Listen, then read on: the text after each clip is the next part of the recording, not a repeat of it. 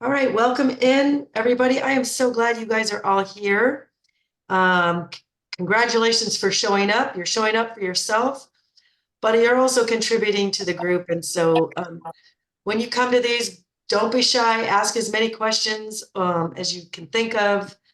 There is no stupid questions because if you don't know the answer, you don't know the answer. And even if it's something you've heard me probably say before and you don't remember, that's okay. Somebody else probably doesn't know that answer either. So anyway, let me go ahead and share my screen. Quick question. Yes. Is sparkling water okay as much as regular water if it's not flavored or sugared or Yeah, you can have Pellegrino, Perrier, Club Soda, Seltzer water, LaCroix, AHA. You know, they can have like the essence. The Zevia sodas, those are really good too. I like those because there's no added colors. So even if you pour the grape into a glass, it's going to look clear. So you just feel good about not having added colors. Good to know. All right, so let me change this. All right. So we are going to be talking about the mistakes I see people make when trying to lose weight. So our agenda for today, we got some shout outs, some funnies. We'll play a game. We're gonna play true or false. I'll go over the 5 top mistakes. I got a bonus round, and then I'm gonna review some the top 10 foods to consume to lose belly fat. And then of course we have Q&A at the end. So I want to start out with some shout outs. We got Dave, who's down 49 pounds. He's just finishing up congratulations on Dave. He is also blood sugar medication is down, but he's down to a third of what he was taking when he first started. And he said he's super happy with the program. He's super excited, and I don't blame him. 49 pounds is a pretty big deal. And he's still, I think, got 2 more weeks to go. So he And might that's in how actually long? That's the 12 weeks? he's at week 11 or 12. Wow, wonderful. Yeah. Yeah. Well, to be perfectly transparent, the men tend to lose a little bit more weight than the women. True. So don't be sad or mad at yourself. Don't beat yourself up. I didn't lose 49 pounds. If you're female, don't worry. You're all doing fine. We do have Belinda. She's down 24.4. Jean, down 8. And Bill down 14. Yes, congratulations, Jean. You're right here on the call. So congratulations to you. Yes. Hooah. And then I want to, we got a lot of new people again this week. So we got some welcomes to Joy, Amy, Dawn, Maria, Michelle, Jessica, Kim, and Linda. And I think Linda is even on our call today. So welcome into all the new people.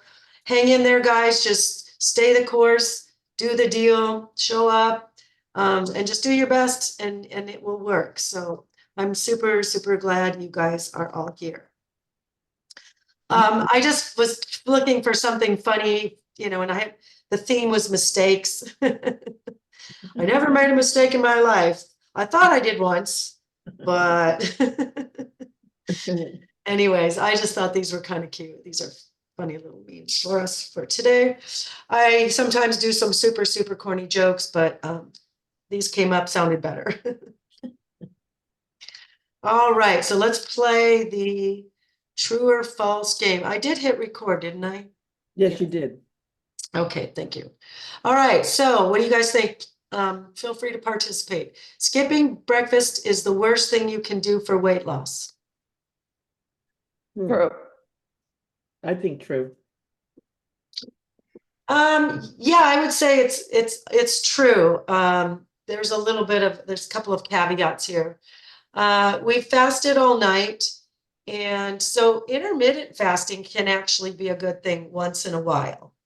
And so what happens when we don't eat for a lot of hours, we get a 16-hour window or an 18-hour window or 24, you guys do in the cleanse. What happens is the body has to go after sick and dead cells. So, and it'll have to eat that since you're not eating any food. However, when we eat breakfast, it starts the metabolism going. So even if you start with just a little bit of a protein shake, protein is a great way to start the day because protein is for repairing the body. And you haven't eaten all night, and it really just kickstarts that metabolism. So I would say that's true. However, once in a while, doing that intermittent fasting is not a bad thing. But if we're doing that intermittent fasting all the time, like we never eat until noon, and that's our normal, the body gets very used to that. And when it gets used to that, I'm it just stops talking to spending. myself. So you've got I'm just talking to myself. to. What's that? Did someone say something? Yeah, I guess. Oh, they- sorry, my daughter was saying something. Oh, okay. So the body does adapt. So if that's your normal, isn't skipping breakfast because you just don't feel hungry, start yourself with a little bit of a shake. You're drinking it, you're not eating it. It might be a way to kind of wean your way into starting to eat. And think of it as a campfire. I think of it as a campfire. You know, if you put one big log on the campfire, it's going to either put it out or it's going to take a really long time to burn it. So if we're eating like that one big giant meal at the end of the day, but we're skipping the meals all the rest of the day, it's a much harder for the body to digest that. And so the metabolism will stay really slow. Calories are calories. True or false? Both. Yeah, I know this group is pretty smart. I knew I wasn't going to stump anybody with that one. But yeah, if you're having, 1,300 calories of donuts versus 1,300 calories of lean meats and proteins and veggies and healthy fats, your body is going to respond very differently. A couple of weeks ago, I talked about the glycemic index and what happens when we eat foods higher on that chart, higher on that glycemic index. It tells the body to store fat. Shoots those insulin levels up. Insulin is your fat storage hormone. So calories are not all created equal. It really is important. What you eat is really, really important. This is your nourishment. This is your energy. So calories are definitely not calories. Number 3, weight loss is linear. So when you start losing weight, it's just a downhill slide. Nope, false. I wish. I wanted to add this one in here because almost everybody gets so sad and upset. Oh my God, I gained 2 pounds from yesterday. Well, there are so many variables. So it is not a straight line. It's going to be up and down and eventually. So what you can do, what I suggest to the people who do like to weigh themselves every day, is go ahead and weigh. If you want to do that, you can do that. I'm not asking you to. I'm just saying that's some people's sanity space. I have to weigh myself every day. It feels like that keeps them in check. But you can't lose your mind if it's a pound or 2 or something more than yesterday. If you had a little bit of salt, if you had any carbohydrates, if you didn't have a productive bowel movement, you could be retaining water, or you could have that extra waste still inside of your body. Or obviously the opposite of that is if you were eating naturally like diuretic types of foods, like you had some asparagus, it helps your body release that excess water that you were holding on to. So, I lost 2 pounds from yesterday.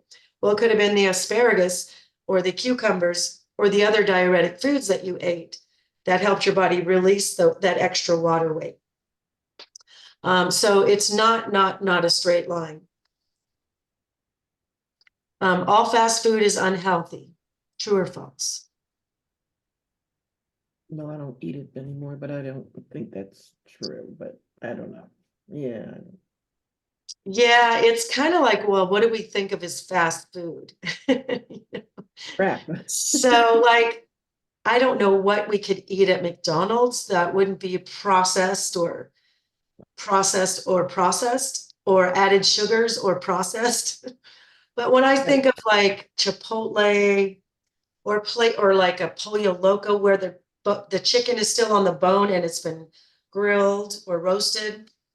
Like the chipotle, you can get it on a bed of greens instead of in a wrap. So there's different places that we can go if there's a fast food place or a restaurant that makes food quickly.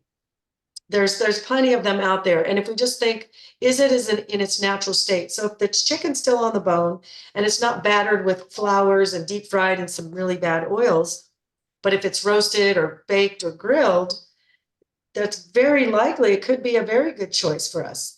And we gotta look around and be open to the idea on sometimes, because sometimes life gets in the way and we just need something.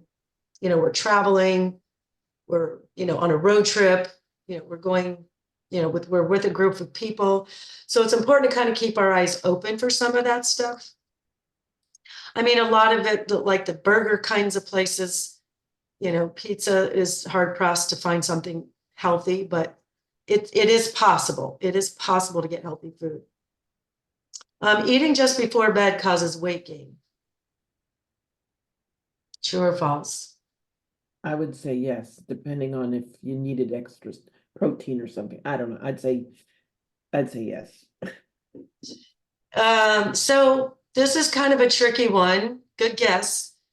First of all, if all of you've had was 500 calories today and you're like, oh my gosh, and you're adding up, you're at the end of the day and you're doing your journal and you're adding it all up and all you've had is 500 calories or something like that, I would say get a protein shake, get some protein in there because you probably haven't had enough protein.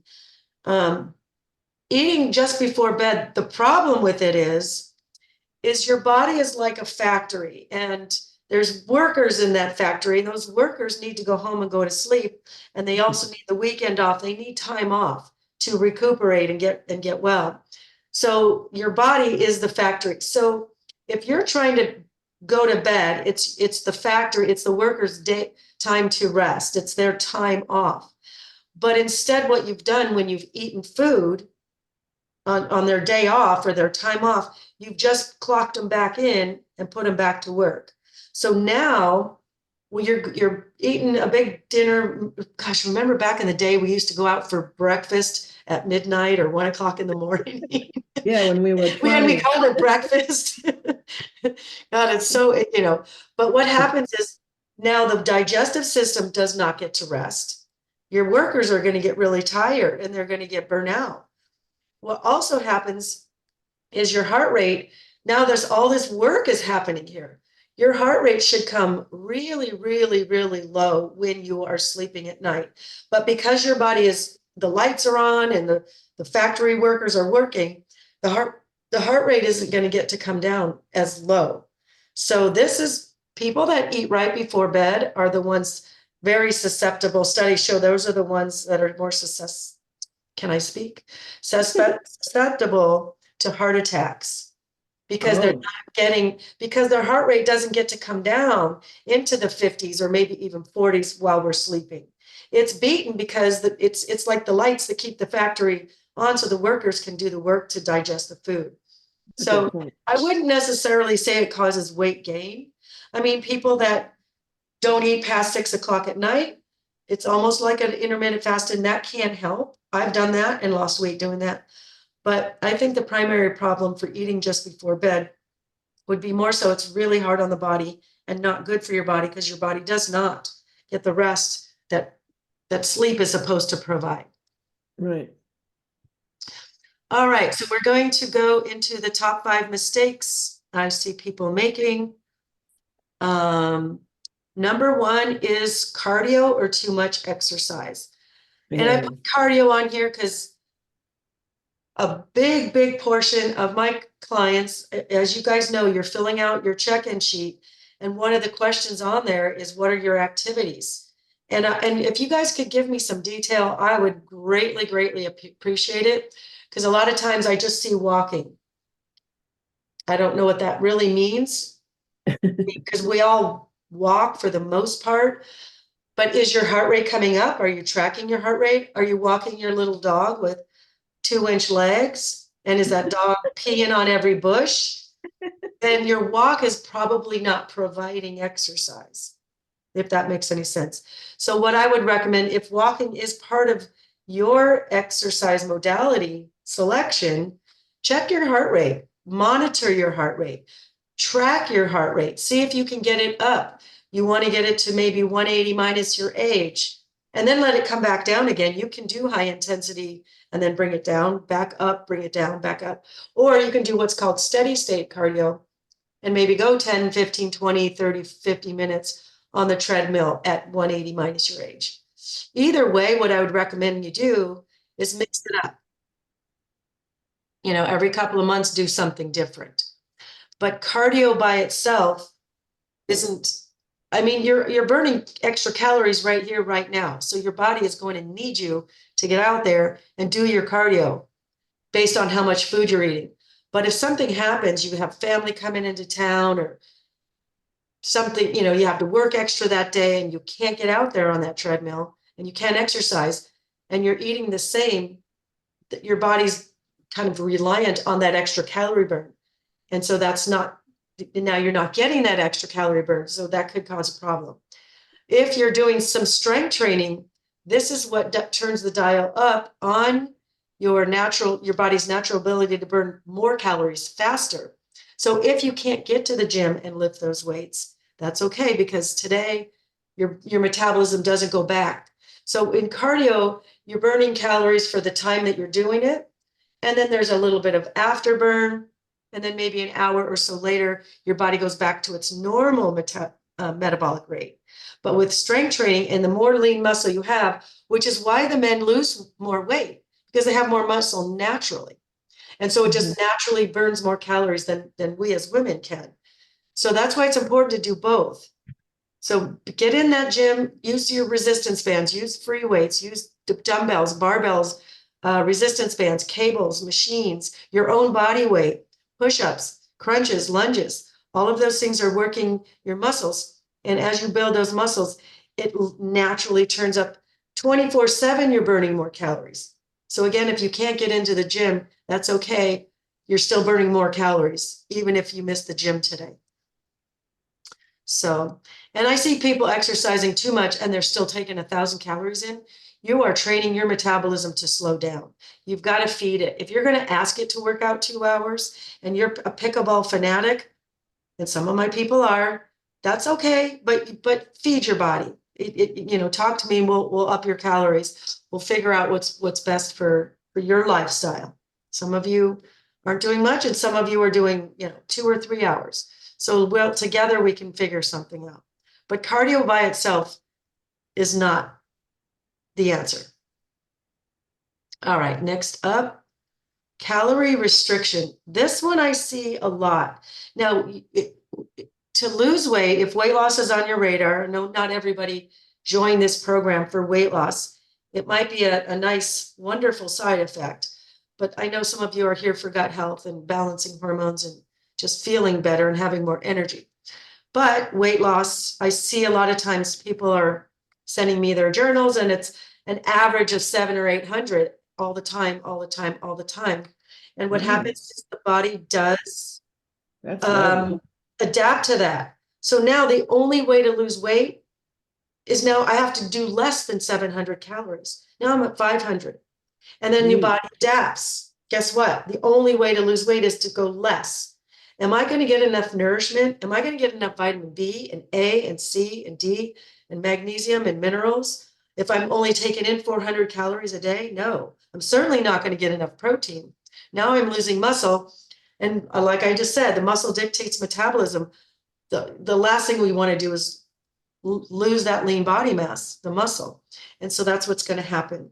So we do need to be in a calorie deficit. So we want to be in a sweet spot.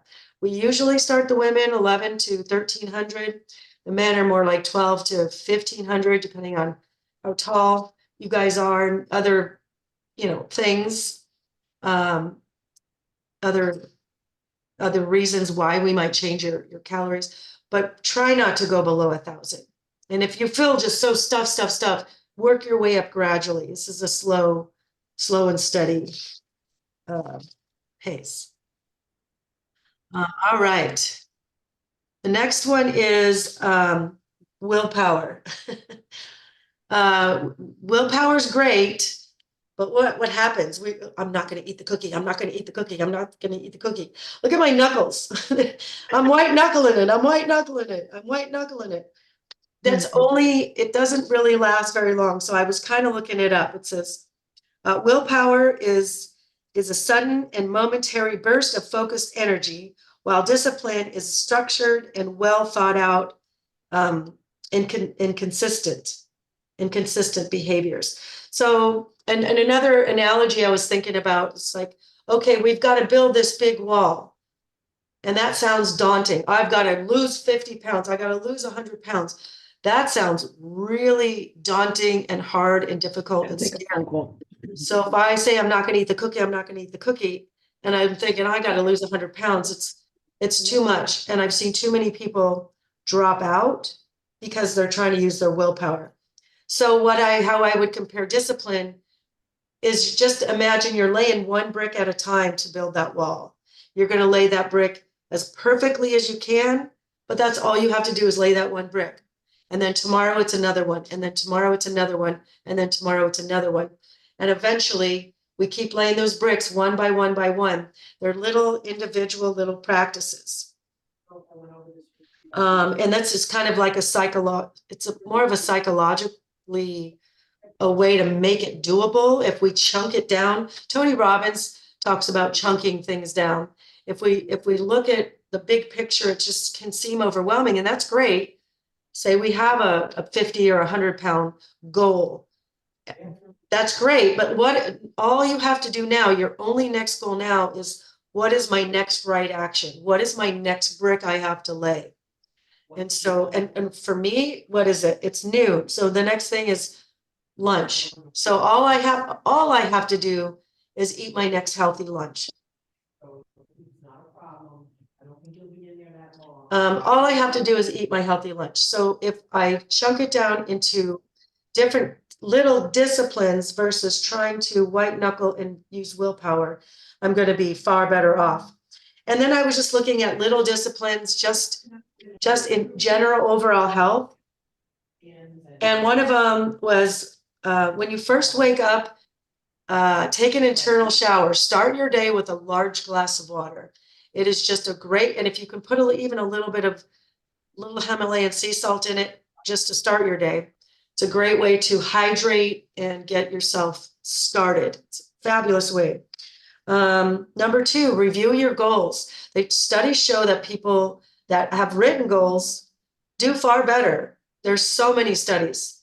The students from elementary all the way through high school and college, all of those people they studied, the ones that had the goals, made far more money in the 2% or whatever, that small percent, than all the people put together. So reviewing your goals every day.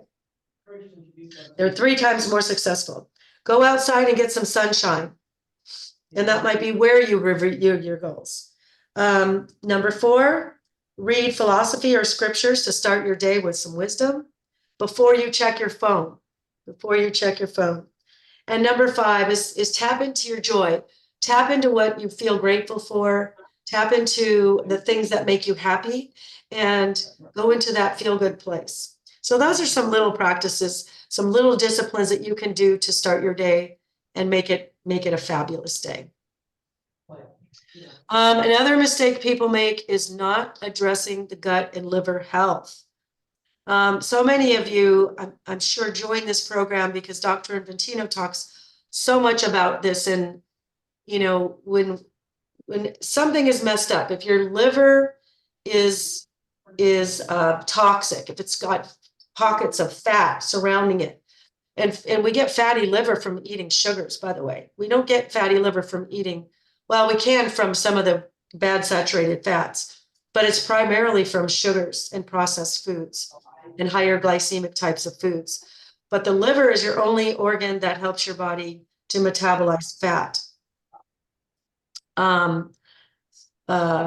Let's see. And then the pancreas. I don't even have a pancreas in this picture.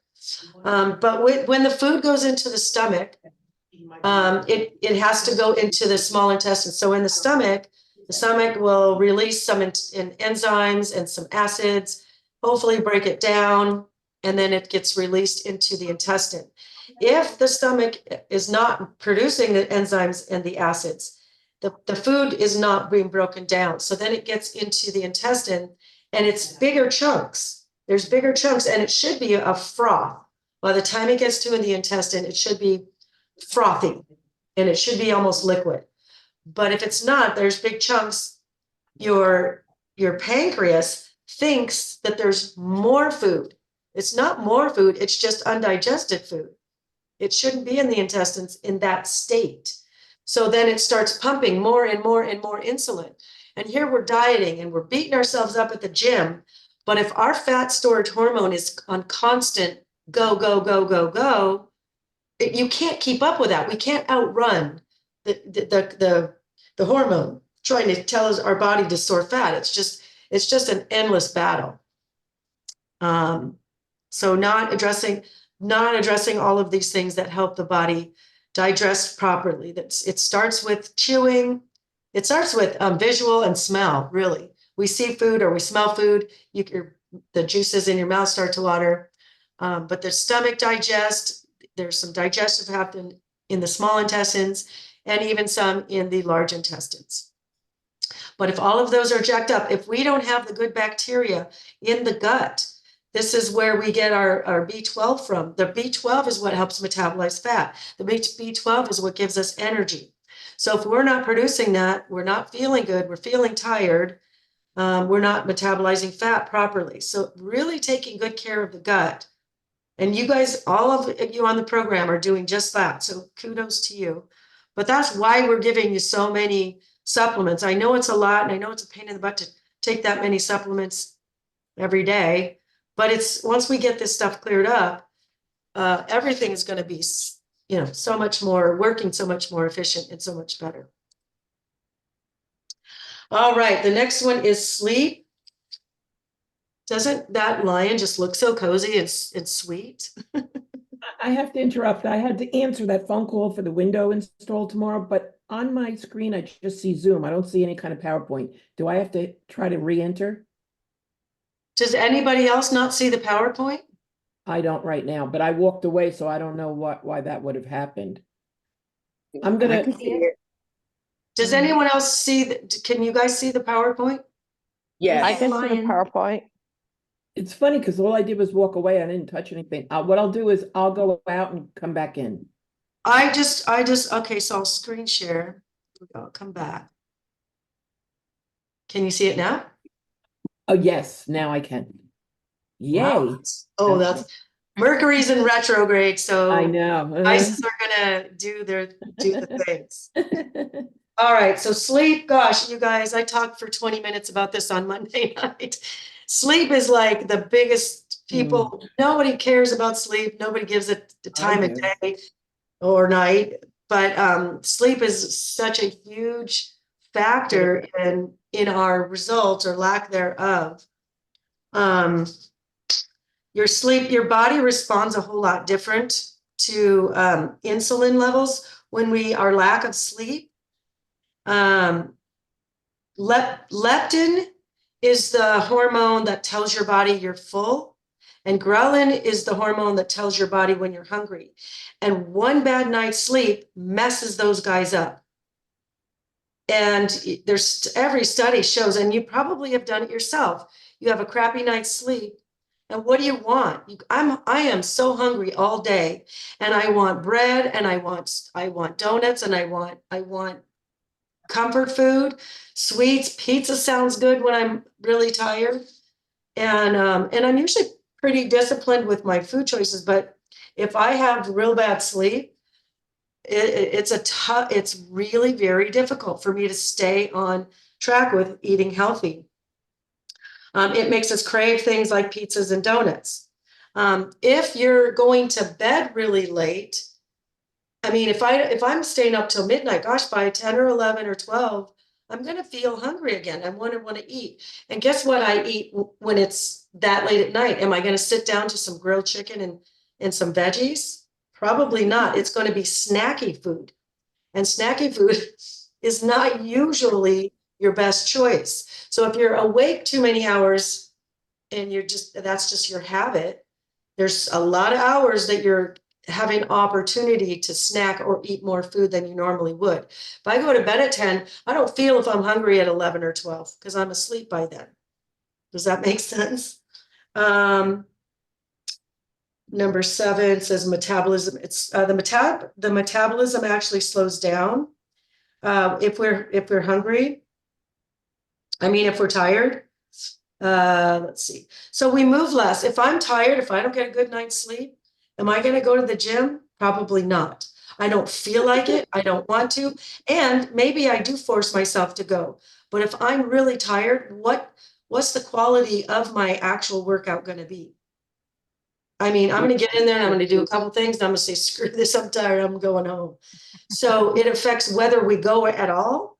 And even if we force ourselves to go, we're not probably going to do very much. It's just, and I believe you've set yourself up for injury. If you're really tired, that's when we make mistakes. That's when we hurt ourselves. Now, if you hurt yourself, you hurt your shoulder, you hurt your knee or your hip or your back or something, then you can't work out for a long time. And that really messes us up.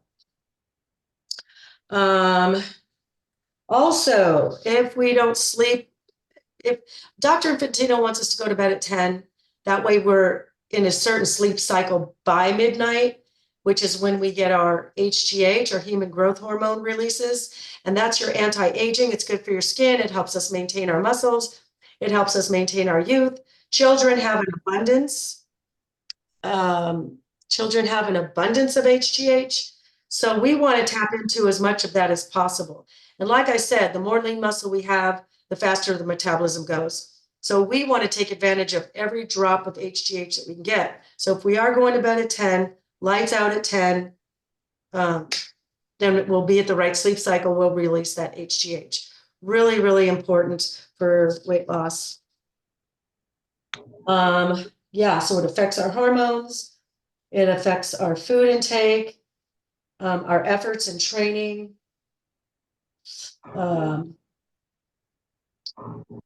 Yeah. Can I ask a question there? Only because I know it won't apply to everybody, but I, was a caregiver for quite a few years. I'm not anymore with my own parents, but I just am helping a family and I'm going to do it 2 nights a month as of now, like a Friday night, every other week, something like that. And so I will be doing it overnight. I have a chance to, they have an extra bedroom that I can lay down and sleep, but he does get up like almost every hour, every 2 hours. So it will be a little bit of an adjustment for me the next day. I'm sure I'll be a little sluggish. I'll probably take a nap.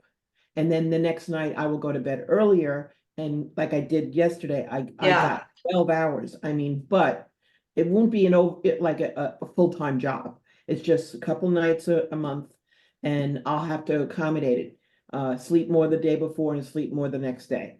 But I might only get like 3-4 hours one night, I only got like 2 the other night, so I felt it.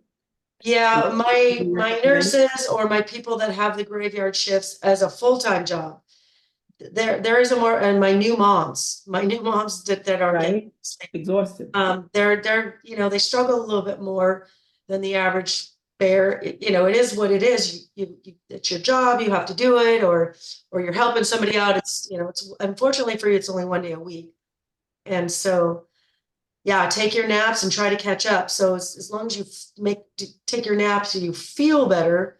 So we're not just like trying to get comfortable, feel better by, and I sleep good phones our every whole other life. night. I get 8 to 9 hours every night. I'm in bed by 8 o'clock. I got the horses, so I'm up early. I go to bed early and I get up early. So I don't think it's going to be too bad, but I'll soon see. I just didn't know if you had any other suggestion. No, I mean, just having the healthy pre meal prep.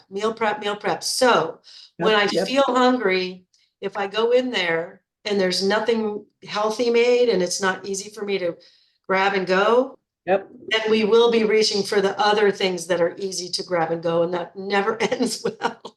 Okay. Especially if you live with other people and other people are bringing chips and things into the house. No, I'm not doing that anymore. Yeah, so as long, if meal prepping, I think would be Okay, good. the recommendation there. So you have something that might be similar to a comfort food, but like Okay, a good. substitute. Okay. All right, so some Thank more mistakes. I thought I'd go into some label reading mistakes. So this plant-based, I'm not saying plant-based foods are bad. I'm just saying when you see that, it's not a guarantee that it's your best choice.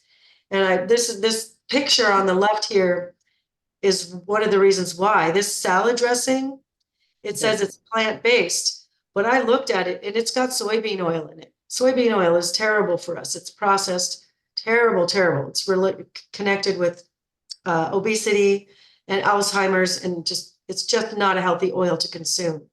So plant-based isn't bad. Eating veggies, the salad bag is good. Eat your carrots and your lettuces and your spinach and your bell peppers and broccolis and cruciferous and all the things. Plant-based, vegetables are fabulous, but just because something has a label of plant-based does not make it guarantee it that it's a good choice. Look at your labels. All natural. There is no rule that anybody has to follow to be able to say that. Like organic, there's rules. It has to be this, it has to be that, it has to be this, it has to have certain levels of pesticide. There has to be boxes checked, and they have to prove it before they're allowed to label it organic. But all natural, when I see all natural, a red flag goes up for me, because to me that indicate, I almost all the time now I look at the ingredients, almost every time it has sugar in it.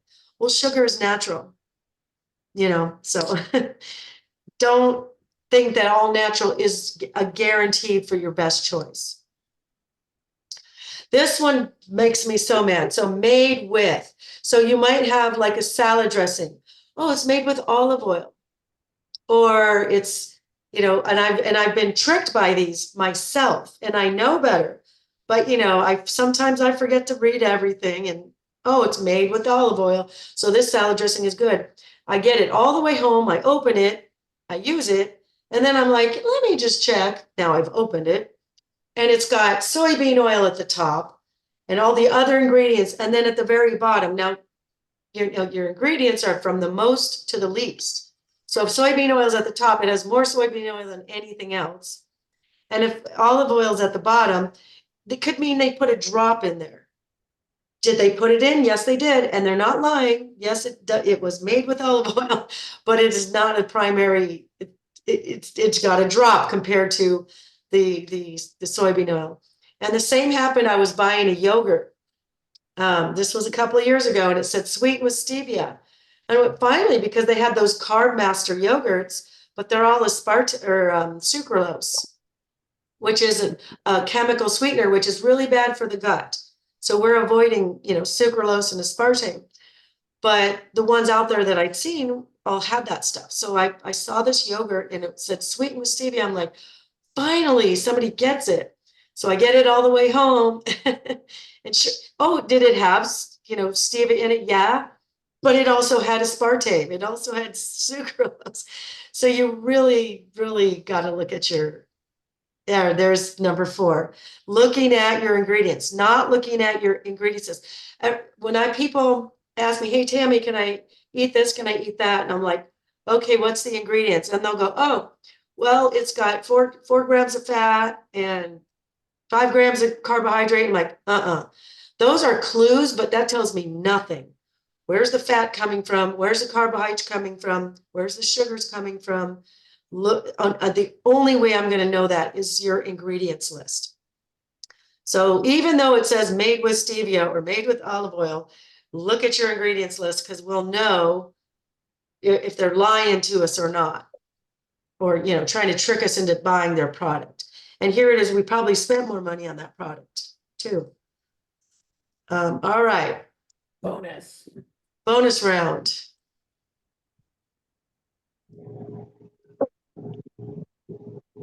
Okay, so some mistakes.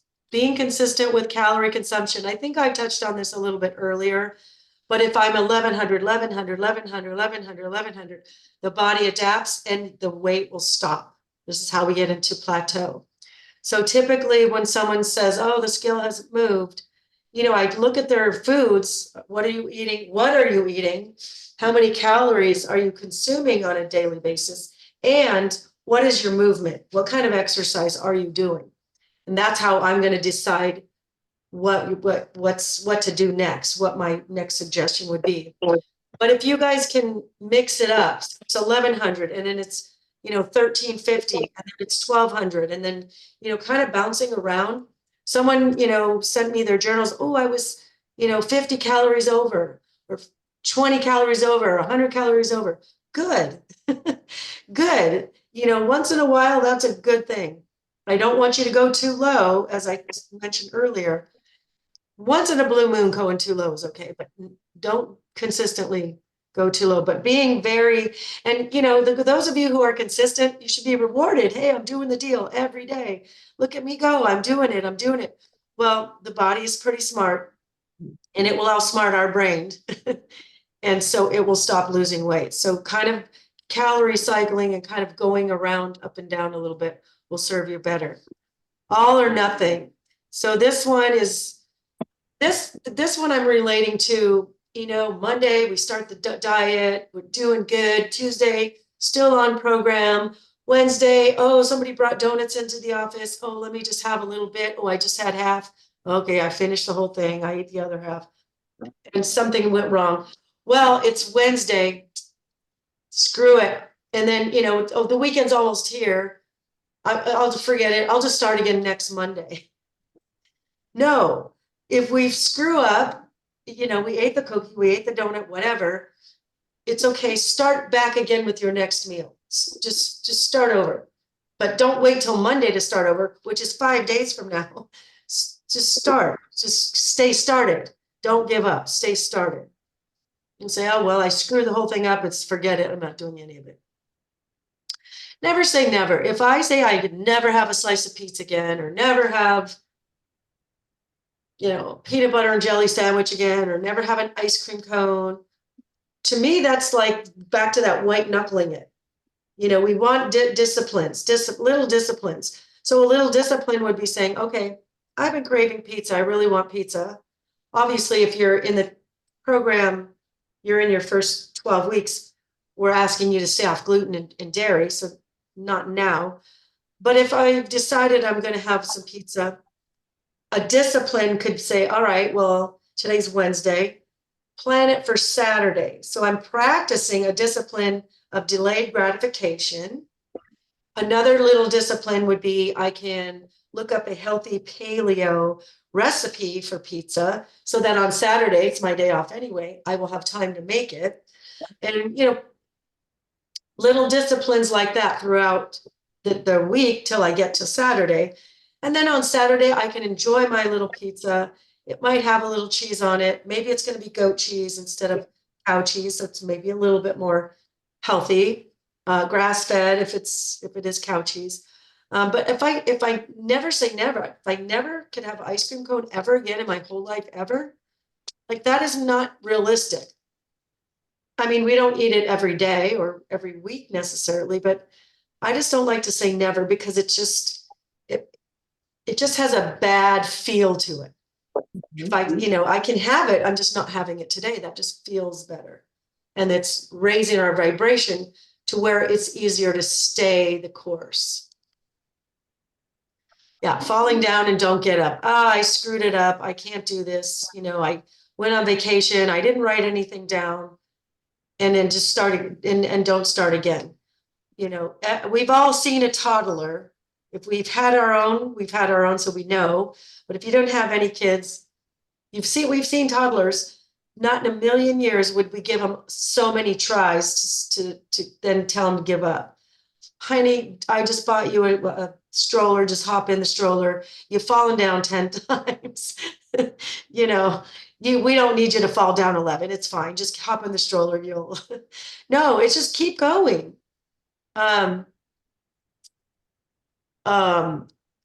Edison, how many tries? Was it 1,000 or 10,000 before he come up with the light bulb? The Thomas Edison. Just don't give up. This is another one, consuming diet food. Diet Cokes, terrible, terrible. There's nothing good for us. The sweetener in there, the colors in there, just really not good. Most of those diet foods are not going to serve us. A lot of them still have a lot of sugar. They're just 100 calories, like those 100-calorie pouches or packs, but it's all sugar. So they're little Oreo cookies. But now we just told our bodies to store fat, and trust me, you're going to feel hungrier by doing that stuff. So don't do that. All right, top 10 foods to eat to lose belly fat. Eggs are on the list. Eggs is probably the most viable, the most absorbable form of protein that we can consume. Protein has a high thermogenic effect, which means you burn more calories trying to break it down. Salmon, same thing. Salmon has also got that good healthy fat in there. So salmon, those healthy fats help you feel fuller, longer, get you full sooner. It's obviously good for your brain and your heart and your inflammation in your body. Just really, really good. But again, high thermic effect. Cod liver oil, another good healthy fat that helps your metabolism work very well. Sauerkraut, very, very, very good for your gut. Like we discussed earlier, when we're addressing our gut health, if you can set an intention to work sauerkraut into your diet at least every week, it's the best way to get natural probiotics in that gut. And those probiotics is what helps us produce that vitamin B12, which helps our body metabolize fat. Your gut is also your immune system. So again, healthy gut. Cruciferous vegetables, they're probably the biggest bang for your buck, nutritionally speaking. Cruciferous vegetables are your kale, your cauliflower, your cabbage, Brussels sprouts, arugula. Those are your basically your cruciferous, but those are anti-cancers, full of your vitamins, just chock full of your good healthy vitamins. Hamburger, but it should be grass-fed, grass-finished. Grass-fed can be a cow that ate like grass for the first part of its life, but the last month could have been grains. So if it's grass-finished, that means it ate grass its whole life until it died. But that way it's going to be a much healthier cow. Obviously, we're not adding that until after week 12. But again, it's a high thermogenic effect. It's a great source of protein, great source of iron. So I'm all for it. Avocados, probably the best fat you can eat. The fat from the salmon is really, really, really good, and it's essential. It's literally essential, the fat in the salmon. So you really, really do need that. Can But I ask a question? yes. Do you want me to wait or now? Ask now. On the avocado, I mean, I get fresh, but then there's sometimes I buy the little cups at Costco. It's like, there may be like a quarter of a cup, and so you can freeze it. You can pull it out. You can have it like cold or even frozen. It's like ice cream. Yeah. But I don't know what you think. I'm gonna look at all. I think it just. I think it's called holy guacamole, and it's just avocado by itself, but it's Right. it's mashed. Is that okay? And I haven't bought it yet because I just get the regular avocados. But I went back, I was gonna buy it, and then I couldn't find it because I wanted to try it. Them in a package. They're only about this thick, and they're like a little circle. Yeah, But- I've seen it, and then I went back to go buy it, and then I couldn't find it. But All right. I think it's okay. I think the only ingredient is avocado, so I would give it a thumbs up. Okay. Yeah. Broccoli sprouts. Now that is the cruciferous vegetables. Sprouts, you know how like a scorpion, if you were to get stung by an adult scorpion, it's better than a baby scorpion because the baby scorpions, the venom is stronger. Okay, same with broccoli sprouts. The broccoli sprouts, the nutritional impact is the cruciferous vegetables on steroids. It is going to be a bigger bang for your buck nutritionally speaking. So this is really, it helps with good fiber. It's going to help clear out your gut. The fiber in your cruciferous veggies also feeds the bacteria in the gut, as well as the sauerkraut, as well as the broccoli sprouts, as well as the avocado. That's why they're on this list. So eat your broccoli sprouts. And then also asparagus, also good fiber in that. Very good. And it's also a diuretic. So it helps you get rid of those extra toxins in that water that you've been retaining. So these are some healthy things that you can eat. You guys, recently have changed my email. So if you don't have it, this is it. If you're not getting my emails, please, please, please check your spam. You know, this Mercury in retrograde, it seems like last week, I think it was last week, I responded to everybody who sent me their journals. I responded. You know, there's 50, 60 of things I respond to. And half of you came back and said, hey, did you get my journals? I didn't hear from you. And I'm like, I don't have time to do it all over again. Oh no. So check your spam, see if you could find my response to you there, because I did respond. I may have accidentally not, but I meant to, and I did respond to, I think I did to everybody. So I apologize for that if you didn't get that. Or if you're not getting the regular emails, you should get an email Friday, which is the recording of this, Monday, which is the weekly schedule and reminder and link and topic. And then Wednesday, I send out a reminder for this particular call. So does anybody have any other questions? Nope. I don't think so. I did get a response from you though, from sending in my papers. Oh, good. Okay. So I you don't think need, because you send text, that's why. I have a quick question. Yes. One of those items on the list was cod liver oil. So is that just an oil to use for cooking? That's from You're just cod supposed to take a liver? teaspoon of it. I don't know how good it tastes. And then I've had sauerkraut a very few times. So, and I don't think I cared for it, or I probably would have had it some more. What is the best way to buy it? Like, how do I get that? I was at a farmer's market several months ago, and there was a lady there selling. They made it. They just were making it, and I'm like, how do you use it? What do you put it on? Like, you could put it on a salad, and it is a strong flavor. So you're either gonna like it or you're not. But she said, she was a very young woman, almost like 20 years old, but very, very, she knew her stuff. But she said, I put it on tacos. So I put it on a taco and it was delicious. I couldn't Really? believe how good it was. It changes the flavor, but it was still really, really good, I thought. So that's what I use it for. Linda, But you have buy it pre-made?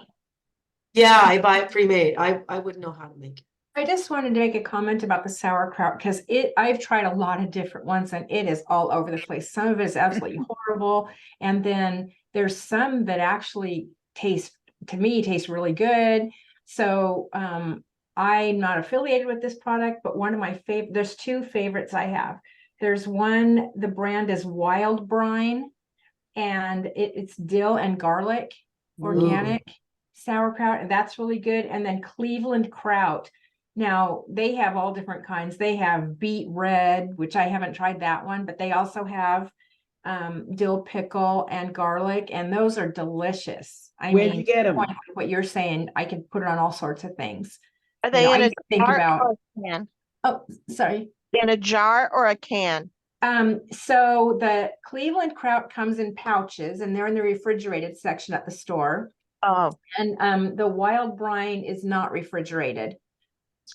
By the way, some of them do have added sugar, so check your ingredients list. That is true too. Because I bought one and I was so upset. I took it back. It's like, And I want sometimes even the same brand will change, like what you said the other day about one of the salad dressings. You have to stay on top of them because sometimes they get you hooked and then they change their recipe. And if you're not looking, they'll get you. So that is true.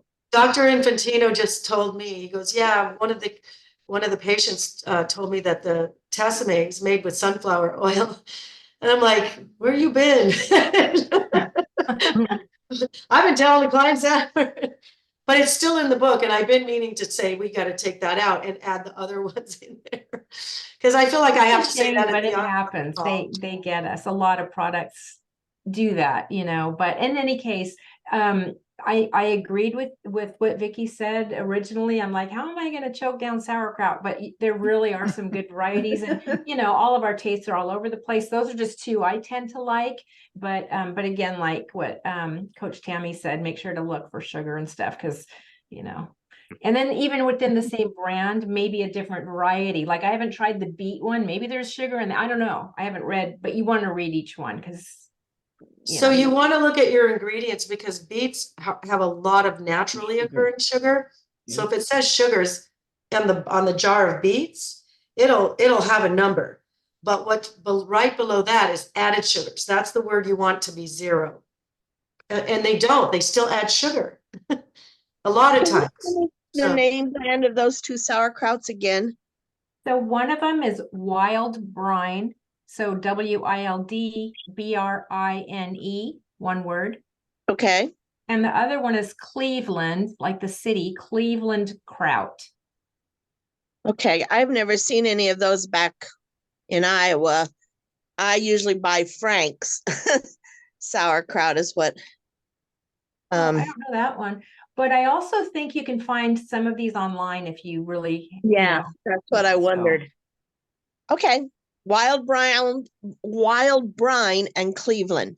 Correct. And as I mentioned, the Wild Brine, I find that in my grocery store. I find it in the produce section, but it's not refrigerated. And then the Cleveland Kraut is refrigerated. And it's also, I find it near the produce. Just if that, I don't know if your store set up that way, but you might check there. Okay. Thank you. Thank you. You're welcome. Good luck. Awesome. Well, thank you for sharing that, Linda. Sure. Well, I mean, because I went from yuck sauerkraut to what else can I put this on? Yeah, there you go. Look, see, there it is. That's the Wild Brine. Yeah. Oh, Is good, right? I look, bought that's one. the It had snap on. pickles That's what mine actually looks in like. it. I was gonna say, I can't see it. Yeah. And I I got this at either Costco or Sprouts. I think, I don't know if Walmart had it, but I go to Sprouts or Costco.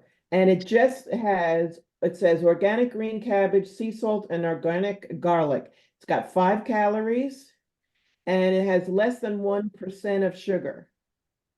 So there's no added sugar. That's good. That's probably That's a just in good the product. cabbage, I bet. Yep. Yeah. You know what So- else I put it on is I put it on a turkey burger. Mm. And that it just was, and That I just sounds eat it with a good. knife and a fork. That was a good combination too. just open up a can and eat it right out of the can. I like sauerkraut, so. That's good. And I know some people say, oh, how can you do that? And sometimes I warm it up. It just depends, but I like sauerkraut. I think it's good. And it's made from cabbage. Sauerkraut is. So if you want to try to make your own, you have to, use a lot of vinegar and that kind of thing to make it. I like I kimchi never made it too. myself, but I know my mother did a long time ago, used to make sauerkraut. I thought of another question. So are pickled vegetables okay? Yes. As As long as there's no sugar? Yeah, 'cause they're fermented. long as there's no sugar. I was just gonna say that. Like, Okay. yeah. Can I learn to do contribute? that myself, right? Okay. Can you guys hear me? Yes. Cheryl? Yeah. Yeah, I make my own sauerkraut every year. It's super easy and it does not have vinegar in it. It's just water and salt mixture. And then you let it sit and ferment for 17 weeks. Wow. It's a long Wow. process, but it tastes amazing. You have a lid on it or is there air or how does that work? Yeah, you can put it in a big crock, like a big group of it. But, or I'd put mine, the way I learned how to do it is you put your shredded up prepared cabbage in the jar. I pack it in fairly tight, and then you cover it with this saltwater brine, and you put a flat on top of it and a ring around it, but just loosely so that it can breathe.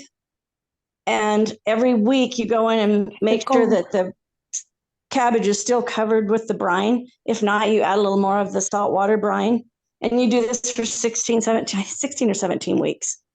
It's messy and it's Wow. time consuming, but it's so worth it. Oh, that sounds good. I gotta try Yeah. that. And you I can can- make it as I- garlicky or whatever. Yeah, absolutely. I've added ginger too, but I Yeah. haven't made sauerkraut, but I've made my fermented veggies. I throw in whatever I want. And then they Yeah. have like a glass thing that you can go on Amazon and look up fermented equipment, and it comes with a little book. It's easy to follow, just water and salt, like she said. Yes, absolutely. Wow. Yeah, and you just keep it either on the counter or in your pantry, and in like 2 to 4 weeks, you got your own fermented veggies. Right. Well, here's some motivation for that. I happen to find on Amazon, you can buy these little packets of, fermented veggies. Oh yeah, they're easy to take with you, la la la. And you look at it, it's like, that thing's $22. Forget that, So I'm just like, how do you make that stuff? So that'll motivate you to figure it out, right? But it sounds so easy. Why wouldn't you, right? I mean, you got to wait the time. Exactly. But It's just that's, time consuming. if I can eat a pouch of those in, one sitting, it's $22. That's not very sustainable. So No, but think about it, like, sometimes you have your vegetables and then you get bored, like you like to juggle it up. So I have horses, so I kind of give them some, then I give myself some, then I go, I'm done with the cabbage or the cauliflower this week. So then I make something so I don't waste it, or I freeze it. smart. Are those horse snaffles up there? Yes. I thought so. I said, I'm a horse person. I said, she's got a lot of snaffles. I have like 600 of them hanging in my house. If people didn't know, they might think something else. Right. They're riding Yeah, I bits. know. I had no idea what that was. All right, well, I gotta bounce out. Every day, I swear, Tammy, I love checking in. You got great info. Oh, thank you. I love that you guys all show up. I love that you all contribute and ask questions and share your recipes and share your brands and all the things that you guys share. I really appreciate all of you so much. So thank you all for coming. All right, thanks. Thank Ivy. you Have a so great day, much. everyone. Tammy. All right. Bye. All right, Bye-bye. bye-bye.